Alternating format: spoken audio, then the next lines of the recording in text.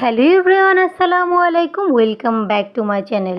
আমি আজকে আপনাদের সাথে শেয়ার করব চিংড়ি মাছের দো পেঁয়াজা। এর জন্য আমি মাঝারি সাইজের চিংড়ি মাছ নিয়ে নিয়েছি।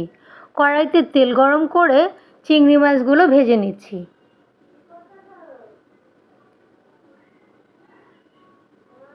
চিংড়ি মাছগুলোকে এখন আমি তেলের মধ্যে ভালো করে ভেজে নেব।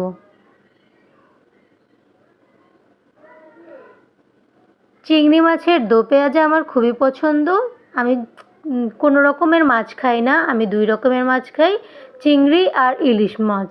তাই চিংড়ি মাছ আমার সব রকমভাবেই পছন্দ, ইলিশ মাছও, তবে ইলিশ মাছ ভাজাটা বেশি পছন্দ। আমার মাছগুলো ভাজা হয়ে গেছে, এখন আমি দিয়ে দিলাম পেঁয়াজ কুচি। আপনারা যতটুকু মাছ দিবেন সেই অনুযায়ী পেঁয়াজ কুচি দিয়ে দিবেন।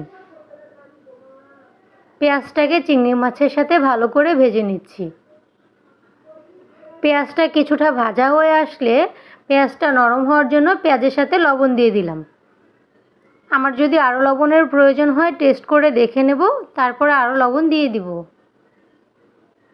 দিয়ে দিলাম 1 চামচ পরিমাণ আদা ও রসুন বাটা। আমি আদা রসুন একসাথে পেস্ট করে রাখি।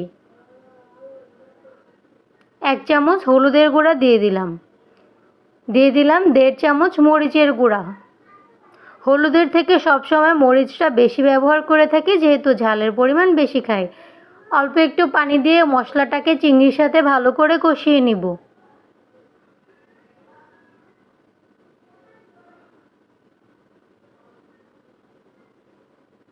এখন আমি চিংড়িটাকে ভালো করে কষিয়ে নিচ্ছি। চিংড়ি থেকে তেল উঠে এসেছে, তার মানে ভালো করে কষানো হয়ে গেছে। আমার চিংড়িটা কষানো হয়ে গেছে, তাই আমি এখন পরিমাণ মতো ঝোল দিয়ে দেব চিংড়ির মাছটা ভুনা করার জন্য। ভুনা ভুনা হয়ে আসলেই তৈরি হয়ে যাবে আমার চিংড়ি মাছের দো পেঁয়াজা।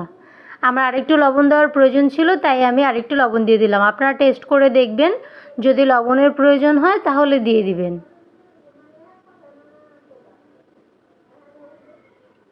আমি দিয়ে দিলাম 3টা কাঁচামরিচ টুকরো করে।